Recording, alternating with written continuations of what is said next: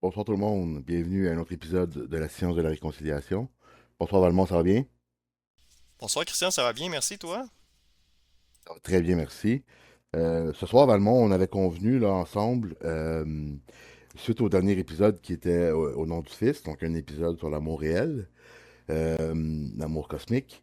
Vous savez, on a pris l'habitude de faire un pont entre les épisodes, et là, ce soir, ce qu'on a décidé d'aborder comme sujet avec vous, c'est la mémoire, le fonctionnement involutif de la mémoire. Et pour ce faire, on va essayer d'apporter un petit changement à notre structure d'épisode. Je vais apporter des situations où la mémoire est généralement suscitée, est généralement mise à contribution. Et on va le faire avec des situations qui ont rapport à l'amour. Donc, ça va être là le pont entre nos épisodes aujourd'hui. On va se servir de l'amour du dernier épisode pour venir vous apporter des mises en situation qui, généralement, vont faire en sorte que vous devez susciter ou faire appel à votre mémoire. Et on va venir mettre en lumière, on va venir exposer les limitations que ça peut avoir. À quel point que la mémoire, comparativement à ce qu'on pense, l'humain, n'est pas une force, n'est pas un atout. Au contraire, c'est plutôt un handicap, c'est plutôt un faux atout qui est pas fiable, qui est limitatif, qui peut très bien mal enregistrer aussi. Donc, comme j'ai dit, Valmont, on va présenter des mises en situation qui ont rapport à l'amour. Et puis, pour partir, admettons, là, on a donné des exemples dans les derniers épisodes de ce qui est de l'amour, ce qui n'en est pas. Je pense qu'on n'a pas vraiment parlé, exemple, de relations mère-fils. On a beaucoup parlé de relations amoureuses, de relations d'intimité et tout. On n'a pas vraiment parlé de relations mère-fils. Donc, j'ai envie, comme première mise en situation, pour mettre en lumière les limitations de l'amour, qu'on parle un petit peu d'une relation, exemple, mère-fils. Je me dis, toi, Valmont, tu n'as peut-être pas d'enfant encore, mais tu es bien le fils de quelqu'un. Sans vouloir parler de ta mère, sans vouloir parler de toi, sans vouloir parler de vous deux, juste parler de la relation mère-fils et les limitations que ça peut avoir eu là, d'un côté ou de l'autre. Donc, je te lance la balle comme ça. Je ne sais pas s'il y a quelque chose qui te vient. Sinon, on pourra aussi prendre autre chose. Moi, j'ai aucun problème avec ça. J'essaie juste d'aborder quelque chose qu'on n'a jamais fait encore. Fait que, allons-y, voir si ça peut fonctionner. Prenez note aussi, là, gardez en tête que Valmont, malgré le fait qu'il va jouer la personne qui fonctionne par mémoire, donc qui est limité et tout, Valmont se réserve le droit d'intervenir en tant que Valmont qui vous canalise quelque chose aussi. Là. Vous n'entendrez pas seulement que de la mémoire chez Valmont. Là. C'est un petit peu un rôle qu'il va jouer. Là, tu sais. Donc, voilà, mon cher. Je sais pas si ça nous permet de partir quelque chose, mais voyons voir. Hey, cool, merci Christian. Fait que je vais juste reprendre ce que tu as dit là. C'est important que vous réalisez là, mettez-vous ça bien là dans votre auditif là, que moi aujourd'hui je vais jouer le personnage de la personne qui fonctionne par mémoire là, dans ses souliers mémoriels. Puis comme Christian disait que si jamais j'ai envie de rentrer dans ma vibration pré-personnel centrique à moi, ben comme Christian disait, je vais probablement le faire si j'en vibre le besoin. Fait que oui, ça me parle d'une certaine façon, Christian, là, ce que tu dis. Fait que moi, étant dans mon personnage, hein, disons-le comme ça, admettons là que moi, je fonctionne, puis là, quand je vais dire ma mère, je parle pas de ma mère personnelle, là, je veux que les gens comprennent bien, là. Quand je dis ma mère, ça va être ma mère par rapport à l'exemple qu'on parle, moi et Christian. Fait que quand je dis ma mère, la relation qu'il peut avoir entre ces deux individus-là, ces deux personnes-là, ou moi et ma mère, si vous voulez préférer comme ça, c'est sûr que si on descend au début, là, fait qu'en très bas âge, ben, il va avoir une relation, on peut dire quand même, là, au niveau émotif, au niveau sentimental.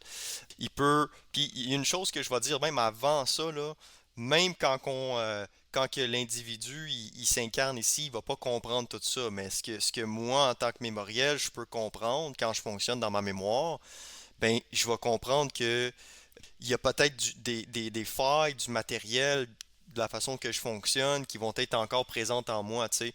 Par exemple, moi, je peux avoir peur d'être toute seule.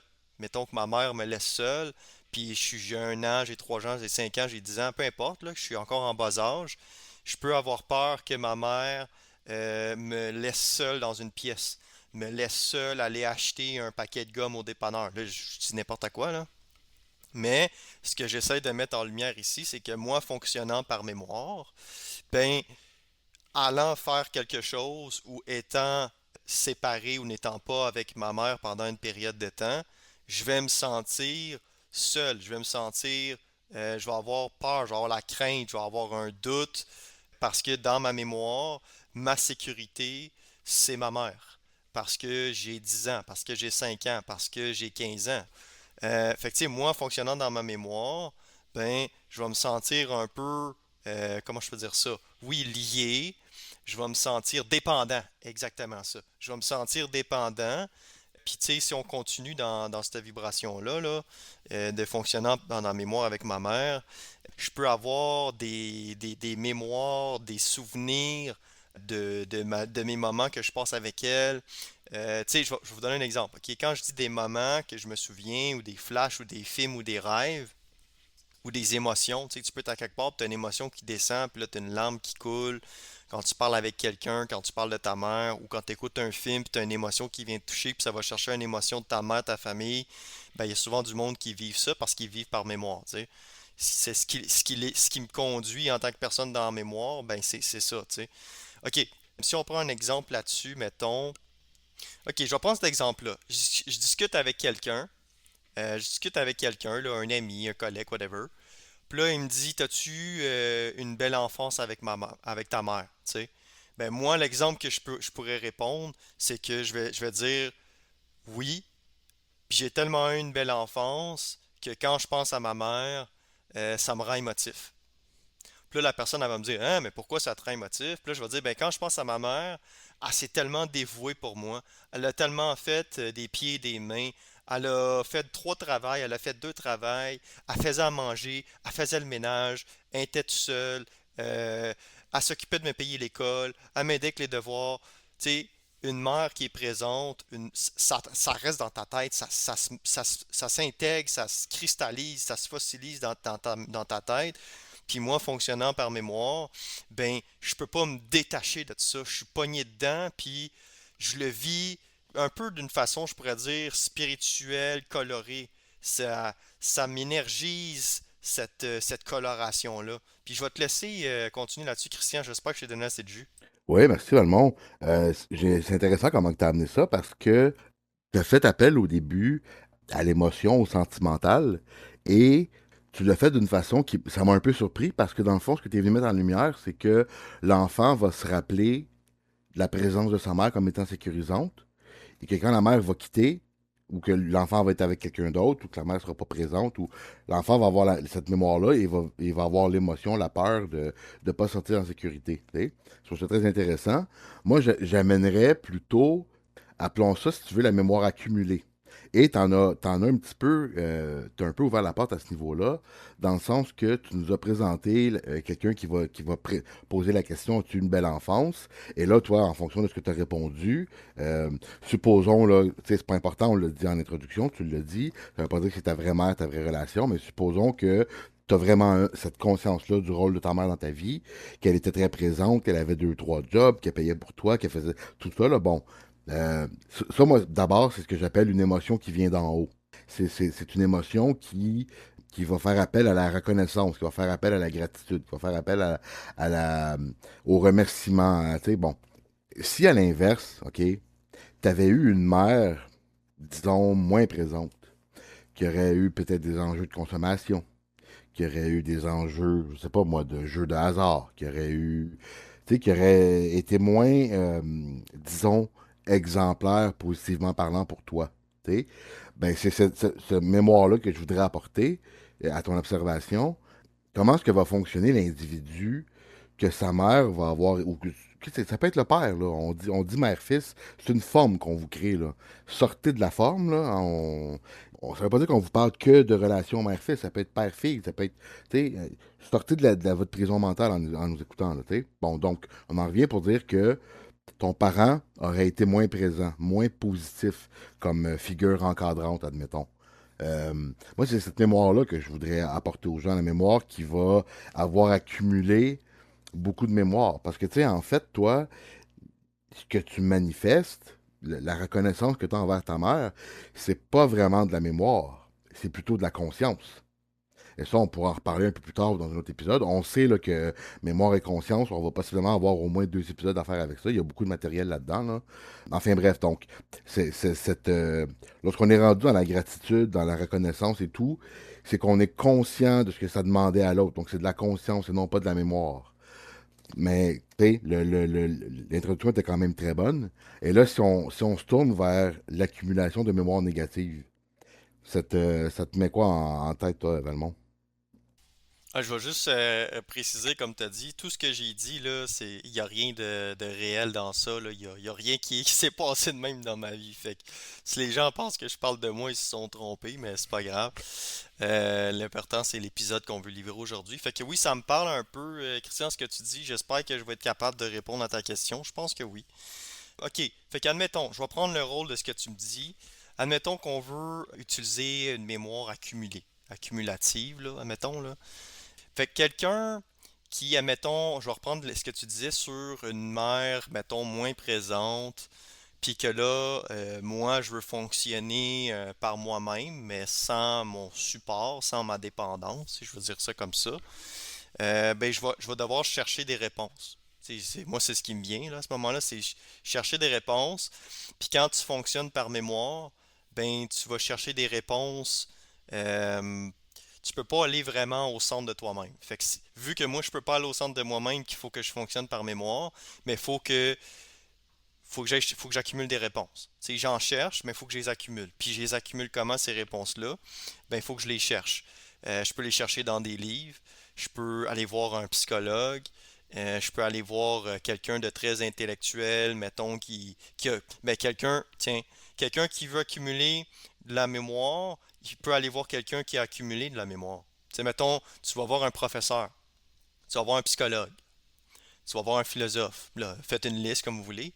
Tout ça, là, si moi je m'en vais voir, mettons, mon psychologue, puis je m'en vais voir mon whatever, mon professeur en relation de travail, ben, c'est tous ces gens-là que je vais aller voir, ils vont partager des connaissances qui ont mémorisé, qui ont appris ils ont appris du stock qui a déjà été dit, qui a déjà été écrit par quelqu'un d'autre.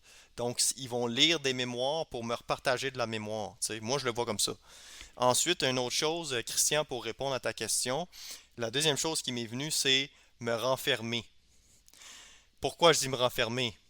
Parce que puisque je ne peux pas m'ouvrir, parce que je ne sais même pas encore c'est quoi m'ouvrir, fonctionner par mémoire, pour moi, c'est pas s'ouvrir, c'est se fermer. Puis, en tout cas, on en reparlera si jamais on veut en reparler.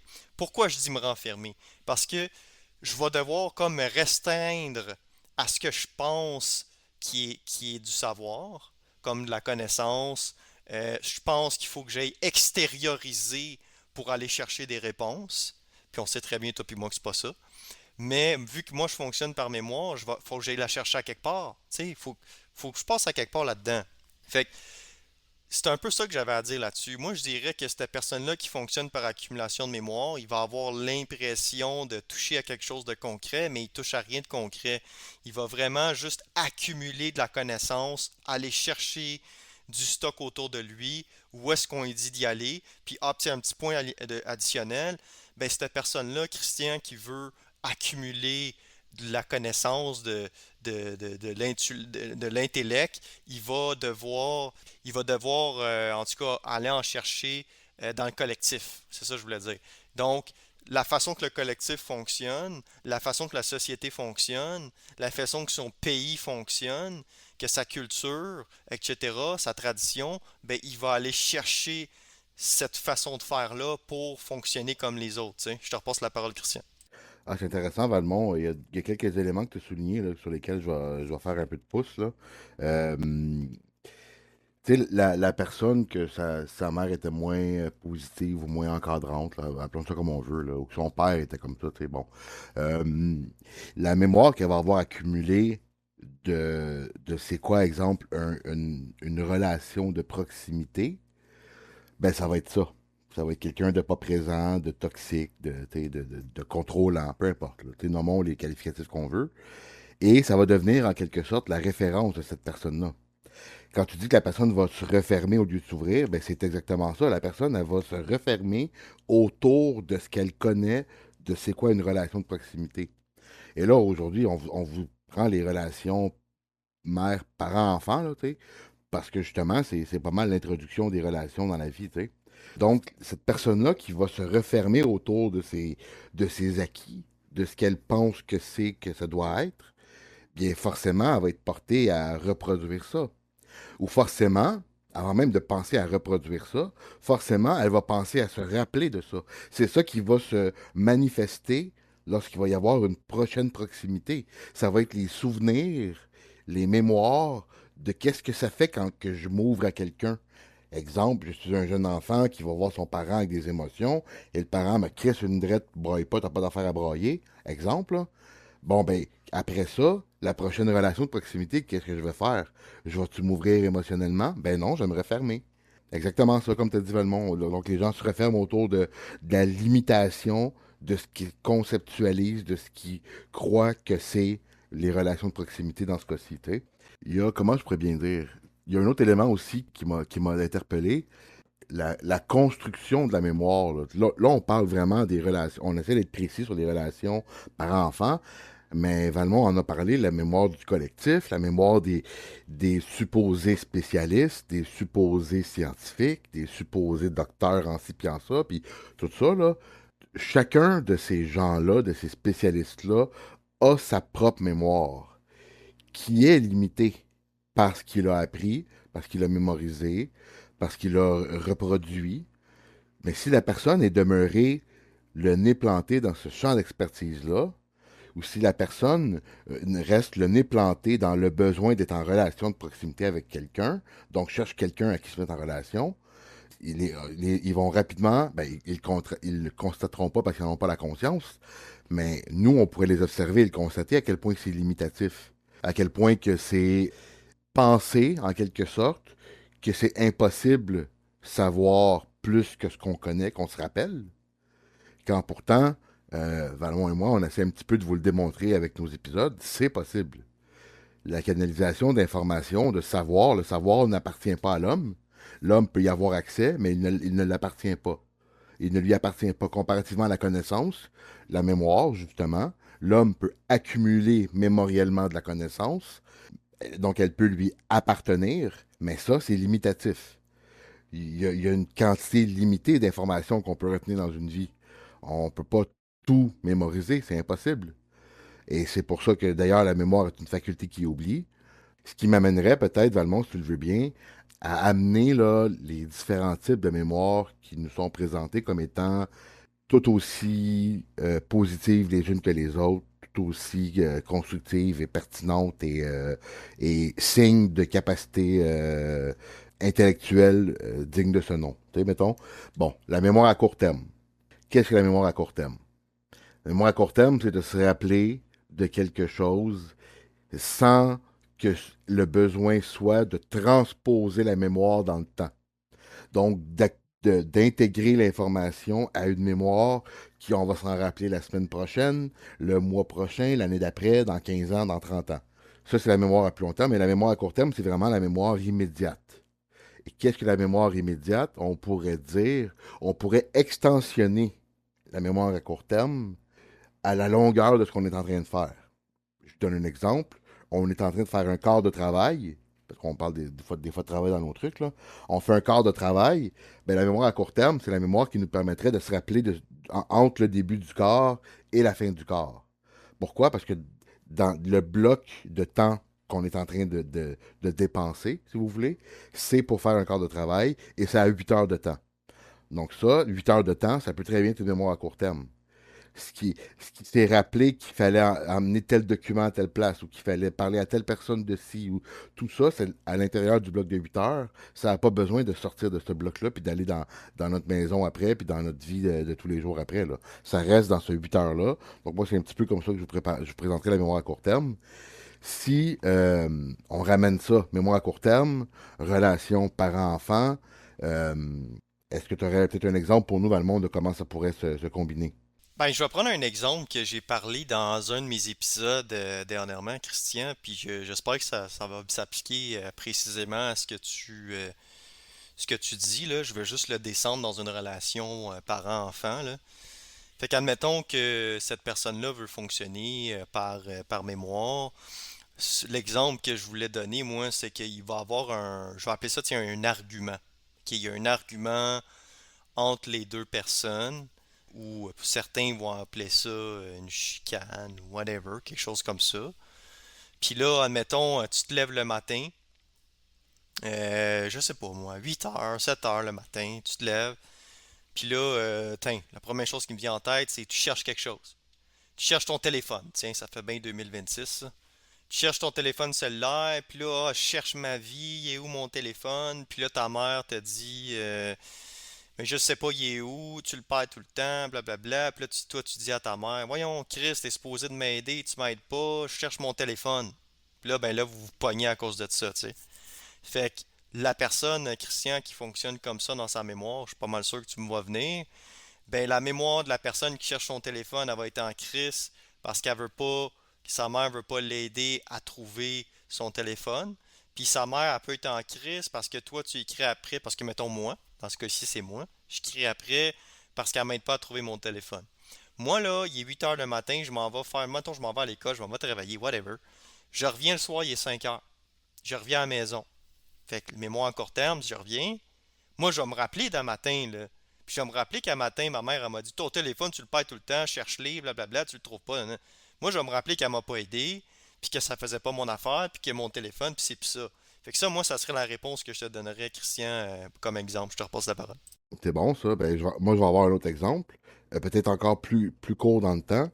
Je vais, tu sais, je réutilise ton matériel. Je vais me lever le matin, moi, chercher mon téléphone. Je vais demander à ma mère, il est où mon téléphone? Ma mère, elle me le dira peut-être pas forcément qu'elle est en train de le faire, mais après ça, quand elle va avoir fini, elle va dire, ah, ton téléphone, je l'ai mis sur le coin du comptoir. Et là, moi, je fais mes affaires, je m'en vais dans la douche. Puis là, je sors de la douche, puis voyons, il est où mon esti de téléphone, maman? Je t'ai dit, je l'ai mis sur le coin du comptoir. Oups, parce que je ne l'ai pas retenu, parce que je ne l'ai pas mémorisé. La mémoire est en limitation. Pourtant, maman, elle va me l'avoir dit, là. J'ai mis ton téléphone sur le coin du comptoir. Mais parce que souvent, ça va être un signe d'absence ou un manque de présence en son centre, dans notre instantané tout le temps, qui fait qu'on s'en rappelle pas, qu'on n'a pas mémorisé. Et là, on va blâmer l'autre, exactement comme tu as dit, tu sais. Donc, c'est extrêmement limitatif, la mémoire, comme vous le voyez. C'est une faculté qui oublie. On peut facilement oublier des trucs. Et parce que l'ego ne veut pas être coupable de, ben, ce ne sera pas parce qu'on l'a oublié, c'est parce que l'autre ne l'aura pas fait, tu sais. Donc, c'est pitoyable et ça en est presque grotesque, à mon avis.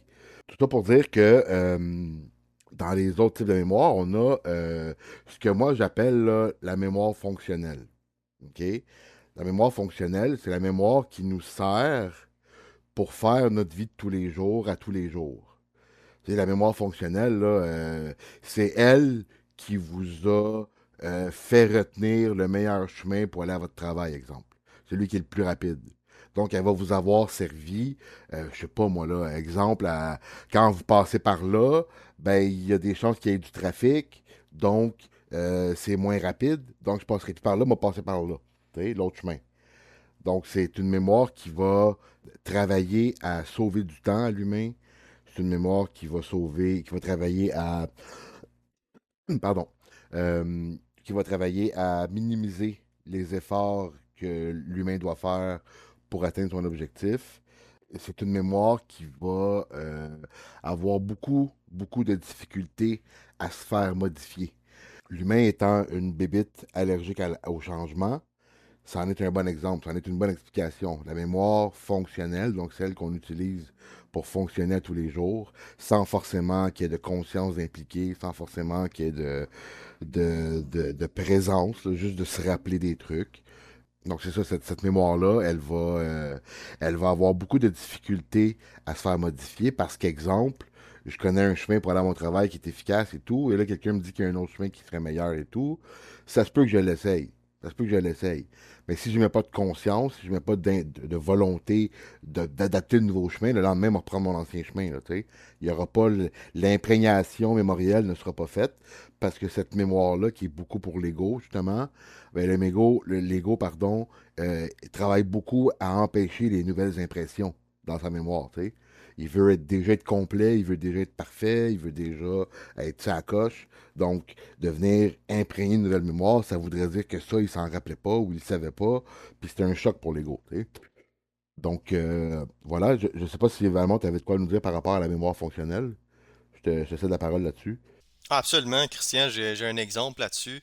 Mais j'ai trouvé que ton exemple était très bon aussi là, au niveau de quand tu parlais d'aller au travail, là. Je trouve que c'est un bon exemple. Les gens pouvaient prendre ça en exemple, c'est excellent.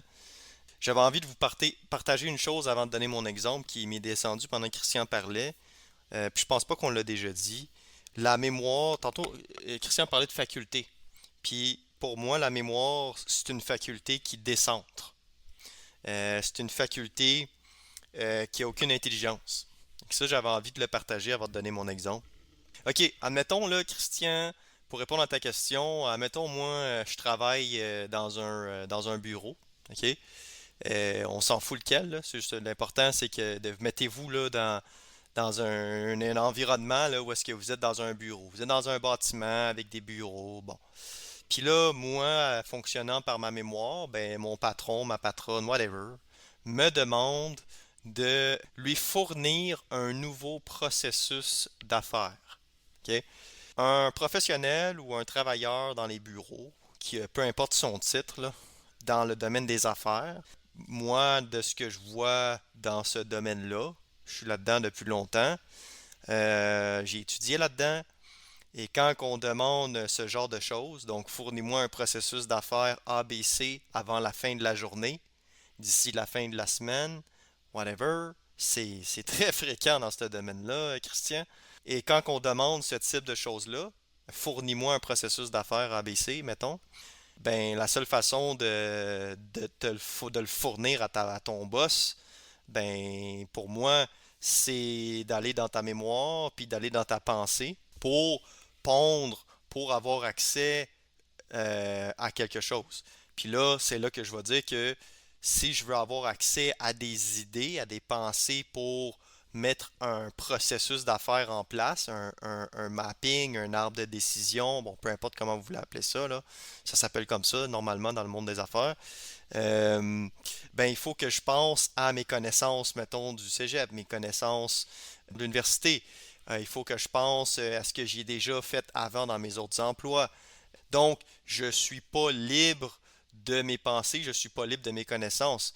Il faut que j'utilise, Christian, mes connaissances qui sont dans ma mémoire. Il faut que j'aille chercher dans mes tiroirs, par la pensée dans ma mémoire. Il faut que j'aille les prendre, ces crises de tiroirs-là, pour dire, oui, c'est ça que je veux, Christian, dans mon processus d'affaires. C'est ça que j'ai de besoin. Fait que c'est ça que je vais aller chercher pour donner à mon boss. Je te repasse la parole. Ah, ben vois-tu, Valmont, ça m'ouvre la porte à un partage personnel aussi. Là, ce que tu viens de nous présenter, c'est quelqu'un qui fonctionne, qui se fait solliciter là, pour amener quelque chose de nouveau à son patron et qui malheureusement croit qu'il ne peut fonctionner que par mémoire. Donc, qui va se tourner vers ce qu'il connaît pour essayer de faire quelque chose de nouveau. À l'inverse, l'autre fonctionnement qui n'est pas de la mémoire, là, je pensais pas le faire, mais la porte est ouverte, fait que je vais l'apporter. Moi, il y a un certain temps, j'ai eu la possibilité d'offrir une offre de service à une entreprise en alimentation. Et malgré que j'avais des connaissances dans le domaine, donc que j'avais pu accumuler de la mémoire, ce que je devais offrir comme service, je ne l'avais jamais fait. Je connaissais même pas ça. OK? Pour être bien honnête, là, et là je présente un petit peu une différence entre la connaissance et le savoir. La connaissance s'accumule, la connaissance, on peut la posséder, mais le savoir n'a pas besoin de connaissance. Vous allez comprendre pourquoi je vous dis ça. Une des options, des éléments là, qu'il fallait que je travaille avec l'entreprise, qui était dans mon offre de service, c'était de repenser le concept de l'entreprise. L'entreprise en question était une entreprise en alimentation qui a une longue historique, une très longue historique, et qui a déjà eu un succès considérable. dans le patrimoine culinaire, disons, montréalais et québécois même, parce qu'il y a des gens de partout qui viennent là-bas, même si c'est à la base montréalais. Il fallait que je leur présente un nouveau concept. Moi, là, des concepts dans le domaine, j'en connais pas vraiment. Les commerces pour lesquels j'ai travaillé ou que j'ai étudié dans ma carrière avant, c'était un peu tout semblable. Donc, il n'y avait pas vraiment de variété à ce niveau-là. Il n'y avait pas vraiment de connaissances accumulées. Par contre, la conscience, comment ça fonctionne, quand je vous dis que le savoir, on peut y avoir accès, mais on ne le possède pas, eh bien, je me suis juste ouvert à qu'est-ce qui pourrait faire qu'est-ce qui ferait du sens comme nouveau concept. Et j'avais tout reçu dans ma conscience, qu'est-ce qu'il fallait mettre en place pour revamper le concept. Je vous donne un exemple. Ça, c'est arrivé, là. Je travaillais avec ce contrat-là, là, je vous dirais, entre 6 mois, non, c'est pas vrai, entre 3 mois et au moment où Trump a commencé à parler de frais de douane. OK? Ça vous situe un petit peu dans le temps, là. Donc, moi, dans mon concept, et là, ce concept-là, je l'ai présenté 3 mois avant que Trump parle de frais de douane. Et le concept en question, c'était de faire affaire avec, de développer des partenariats avec des éleveurs québécois, donc des fermiers des éleveurs québécois, pour entre autres de la viande, des légumes, des trucs comme ça.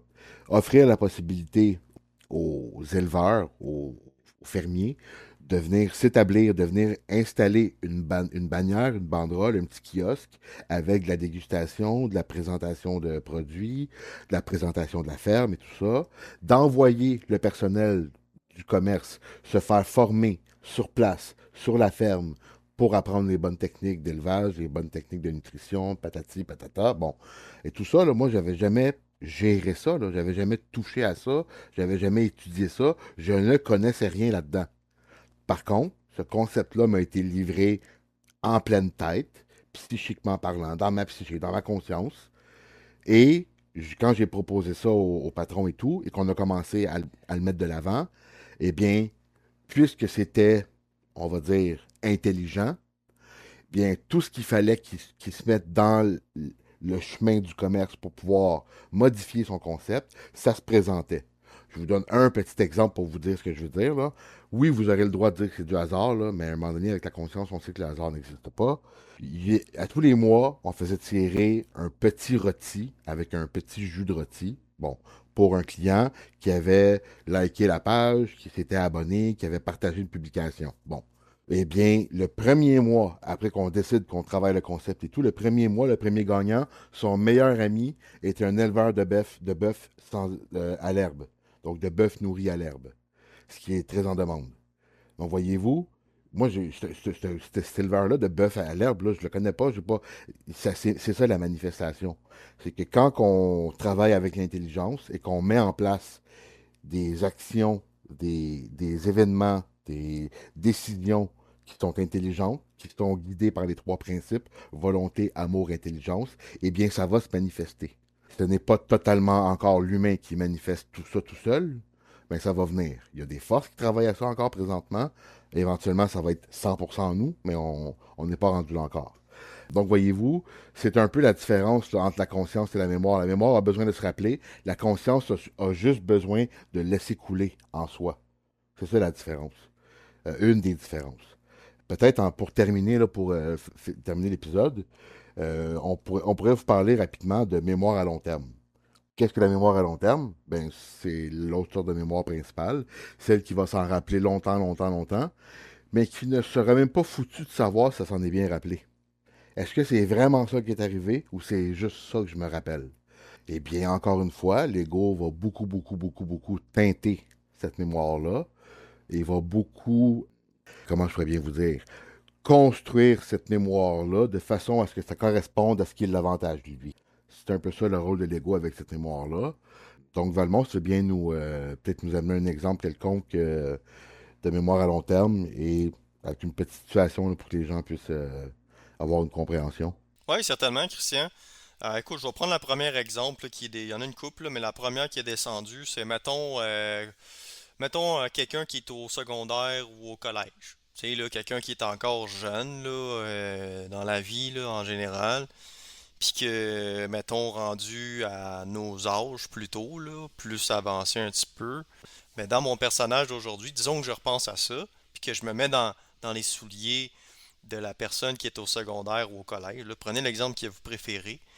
Puis cette personne-là étant dans, je sais pas moi, tiens, un concours par rapport aux écoles, OK? Parce que moi, j'ai eu ça là, pendant que j'étais aux études en affaires. Il y avait un concours dans différentes écoles, Christian, et dans chacune des écoles, il y avait des équipes formées pour représenter le domaine des affaires. Et il fallait faire des présentations devant un jury, des juges, whatever, là. Et la meilleure équipe retenue avec le meilleur projet dans le domaine des affaires gagnait, je sais pas quoi, là, j'en ai aucune idée. A gagné quelque chose. La personne qui fonctionne par mémoire, pour répondre à ta question, dans cet exemple que je donne aujourd'hui, mais cette personne-là, comme tu dis, elle va se mettre en lumière, se mettre en avant, se mettre, il y a une partie d'ego dans ça, mais l'ego, il fonctionne par la mémoire. Fait qu'il va aller chercher les éléments qui se souvient, parce que clairement qu'il ne peut pas se souvenir à 100% de tous les points et les virgules qui se sont passés. Mais moi, si j'utilise ma mémoire, ben, je vais dire, ben oui, on a gagné. Si on a gagné, admettons, on a gagné. J'étais la personne la plus importante sur les 3, 4, 5 membres qui étaient là. Quand j'ai présenté ça, j'étais bon, j'ai fait ça, on a gagné. Fait que c'est, moi je pense que c'est un petit peu comme ça que je fonctionnerais si je fonctionnerais par mémoire. Puis je te dirais même, Christian, que les gens qui ont fait cette compétition-là, dans cet exemple-là d'école, puis de projets de proposition, de gestion, puis de blabla, ben, ce monde-là, je te dirais qu'en général, c'est un peu l'attitude qu'ils ont. Ils ont des attitudes qui vont, on peut dire, être centrées sur eux, puis ils vont aller chercher le meilleur dans leur mémoire des performances et de ce qui s'est passé pour les mettre en avant, tu sais. Je te repasse la parole. Vois-tu, moi, en ces temps de séries éliminatoires du hockey, que je n'écoute pas, mais que je sais que ça se passe, j'avais des exemples de hockey, moi, qui me venaient en tête. Tu sais, au lieu de compétition de groupe scolaire dans le milieu des affaires qui doit faire une présentation, j'avais l'exemple d'un joueur qui a scoré une coupe de but, puis tout, qu'après ça, plus tard dans sa vie, il va venir raconter l'événement, il va se rappeler de l'événement. Qu'est-ce qu'il va se rappeler? Il va se rappeler de son tour du chapeau, exemple. C'est un attaquant, mettons. Là. Il va se rappeler des 3 buts qu'il a fait dans la 7e game de la finale de la Coupe Stanley. Pour mettre ça tout beau, tout chaud. Là. Mais il ne se rappellera pas, par contre, que euh, ce soir-là, il a lancé 12 fois au but, puis le gardien de but a arrêté 9 fois la rondelle. Il va se rappeler de ses 3 buts, pas des 9 arrêts du gardien. T'sais. Donc, voyez-vous, c'est un peu ça là, qui m'est venu pour vraiment vous vulgariser de façon le plus simple possible, là, un peu avec l'actualité. Là. La mémoire à long terme, qu'est-ce que ça fait? Ça se rappelle de ce qui l'avantage, ça se rappelle de ce qui fait son affaire, ça se rappelle de ce qui ne bouscule pas ses acquis. C'est un peu ça, là. Ou sinon, à l'inverse, puis je vais peut-être terminer là-dessus avant de clore l'épisode, puis de repasser la parole une dernière fois, ça va se rappeler de ce qui peut faire de lui une victime aussi. Ça, c'est bon, un ego pour se rappeler de ça. Se rappeler de ce qui fait de moi une victime. Donc, elle était comme ça, elle m'a fait ça, il m'a fait ça, patati, patata. Pourquoi? Ben, comme ça, je suis une victime. C'est pas de ma faute, je suis une victime. Et ça, c'est tellement manipulateur, c'est tellement.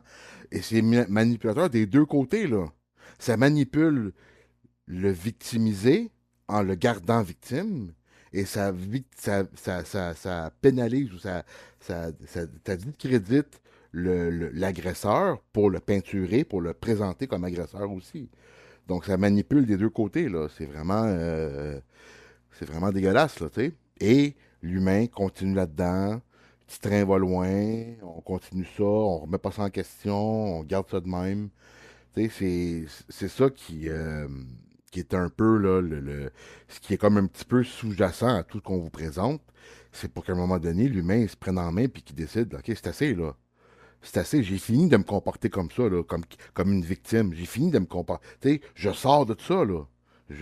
Oui, j'ai vécu quelque chose, mais ce que j'ai vécu, c'est censé me servir pour devenir plus grand, pour devenir plus moi, pour devenir plus réel. Non pas pour demeurer plus victime. Il faut qu'un crise de sens. Et là, tu sais, je dis ça en toute compassion pour les victimes quoi que ce soit, là. Que vous ayez été victime d'agression, venez pas m'accuser de ne pas être sensible à votre cause. C'est pas ça du tout le point, là. Le point, c'est que vous pouvez sortir de votre victimisation. C'est ça le point. Donc, voilà, Valmont, je sais pas si toi, tu voulais amener quelque chose pour clore l'épisode. Hey, merci Christian, super intéressant. Là, juste pour resituer les gens, je re-rentre dans ma vibration à moi, là. C'est Valmont qui va vous parler, c'est plus le personnage. Bref, moi, ce que j'ai envie de dire aux gens, c'est que la mémoire peut souvent amener l'individu à penser à être dans son centre, à penser à être soi, à penser qu'on est nous, notre humain, notre propre humain, mais on n'est pas en tout même proche d'être dans son centre. Fait que moi, ce que j'ai envie de vous partager, un peu comme Christian disait, puis on en a parlé au début de l'épisode, c'est de s'ouvrir à soi. C'est de. Puis de même, on l'a déjà dit auparavant, là, mais je pense que c'est important de leur dire que d'avoir la capacité de s'observer, d'avoir la capacité de prendre une certaine distanciation avec nous-mêmes, puis de voir que de fonctionner par mémoire, le fonctionnement de la mémoire, il n'y a rien d'intelligent, il y a rien de stabilisant, il n'y a rien d'intéressant que de fonctionner par le passé. T'sais. Le passé, c'est pas l'instantané, c'est le passé. Fait que soyez ouverts à voir qu'il y a autre chose que la mémoire, hein? Il y a déjà ça. Et soyez ouverts à vous distancer un petit peu de vos petits égos, de vos petits tiroirs emmagasinés du passé pour peut-être s'ouvrir sur l'instantané. Et oui, vous avez peut-être peur, vous êtes peut-être indécis de qu'est-ce qu'est l'instantané, mais se mettre les deux pieds dedans, c'est déjà un pas vers la suite. Fait que moi, je te repasse la parole avant de clore l'épisode. Merci à tout le monde. Vos commentaires sont bienvenus, vos partages également. Et puis à la prochaine. Merci beaucoup, Valmont, pour l'épisode. Comme on vous a dit là, au début, la mémoire, la conscience, qui sont deux phénomènes ou deux façons de fonctionner qui peuvent beaucoup se ressembler, mais qui sont très différentes l'une de l'autre. On est conscient qu'il y a beaucoup de stock là-dedans, OK? Donc, on vient de vous faire un premier épisode pour un petit peu là, vous mettre en lumière à quel point la mémoire, c'est limitatif comme mode de fonctionnement. Si vous ne fonctionnez que par votre mémoire, vous êtes fermé, vous êtes limité, vous êtes manipulé, ça c'est sûr et certain, et vous manipulez aussi, parce que vous allez présenter juste une version des faits, un côté de la médaille, votre mémoire. T'sais. Donc, on verra comment ça se présentera au prochain épisode. Ça risque d'être encore autour de la mémoire et de la conscience pour élargir l'étude, l'observation du sujet. Donc, comme Valmont vous a dit, vos commentaires, vos questions sont les bienvenus. N'hésitez pas. Comme on vous a déjà dit aussi, on va éventuellement probablement faire un épisode qui va regrouper les différentes questions et les différents commentaires qu'on aura reçus pour que vous puissiez là, avoir du feedback là-dessus. Et puis là-dessus, on vous dit bonne fin de journée et à la prochaine. Merci d'avoir été là.